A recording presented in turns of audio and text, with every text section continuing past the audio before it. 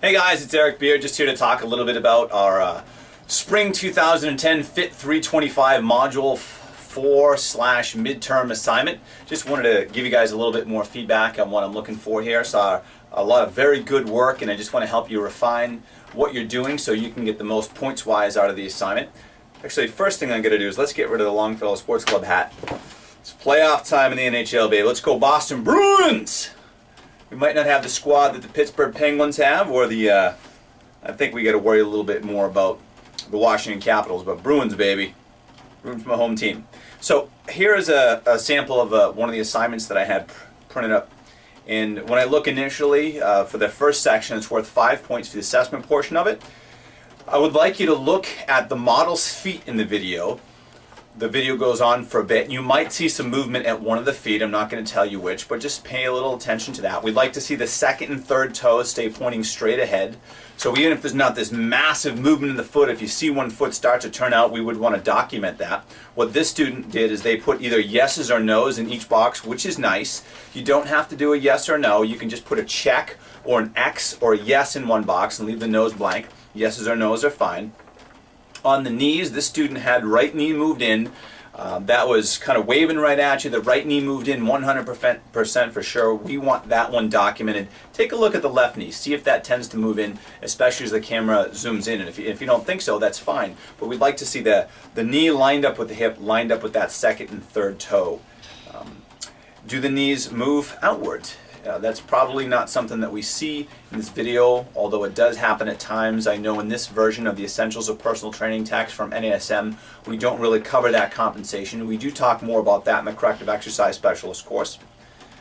For the side view or the lateral view, this student has no in the excessive forward lean. That's when we have the trunk. We would like to see that parallel with the tibia. Let's go to the board. Let me see if I can do a little drawing up here on the board for us. So if this is our friendly little squatter right there, I don't know if that'll come through in the video.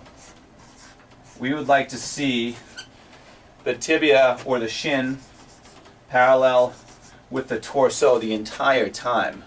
If someone has an instance where their chest is falling down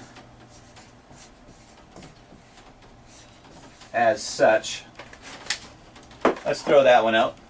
Come back to red here, where their angle at their ankle does not change.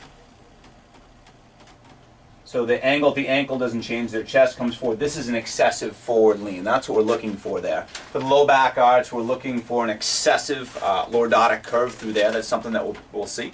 This student had mentioned that did not happen. They also mentioned that the arms did not fall forward and that the low back didn't round. I'd like you to watch the video, see if there's an excessive forward lean, and pay attention to the lumbo-pelvic hip complex, particularly low back, and see if that stays neutral or if there's an arch in it. There is a sample video that I sent out, and I also have some more on my YouTube channel of some overhead squat from lateral view compensations if you'd like to look through those. From the muscular imbalances, this student did pretty well with the short/tight muscles as well as the lengthened versus weak muscles. So just use your Essentials of Personal Training text and go ahead and identify what muscles are probably overactive or short. Put those on the side with the red, and then on the yellow side put the lengthened or the weak muscles. From there, we're going to use our flexibility and our core imbalance exercises to then handle those imbalances. So they use the movement assessment to identify a dysfunction or a movement impairment. We figure out what muscles exactly they are, and then we do something about it. So even if you're getting ready for a weight loss program, an athletic performance program, we want to minimize these imbalances to take wear and tear away from joints and maximize performance. The student did a really nice job. She selected adductor complex, bicep femoris. I would like you to select, if you're talking about the bicep femoris, the short head. When the knees move in, many times that's a key part of that. And they also put TFL. They did 2 sets of the adductor complex for 30 seconds, 1 set of the bicep femoris for 30 seconds, and 2 sets of the TFL for 30 seconds. What I really like about this is that she was definitive. She didn't say 1 to 2 or 1 to 3 sets, and the duration wasn't 20 to 30 seconds. She was specific, which is what I asked for. That's great. And then she did the same thing for her flexibility. She either chose 1 or 2 sets, and she gave specific acute variables, which is very nice with that.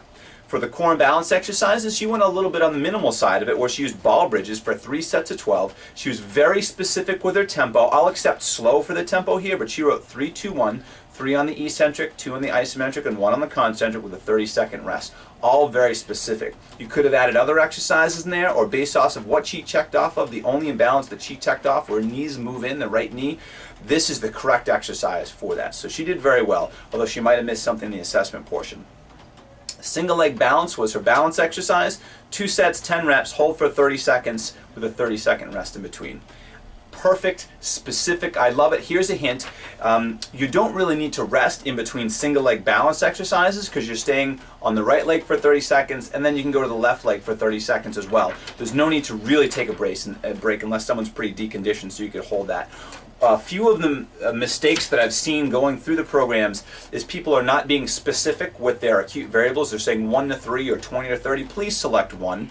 And I'm also noticing a ton of balance exercises. So even though the text might tell you 1 to 3 exercises for 2 to 3 sets, I'm getting 3 balance exercises for up to 3 sets. And that takes a long time in a program. And we don't have very much for time commitments here for this specific assignment.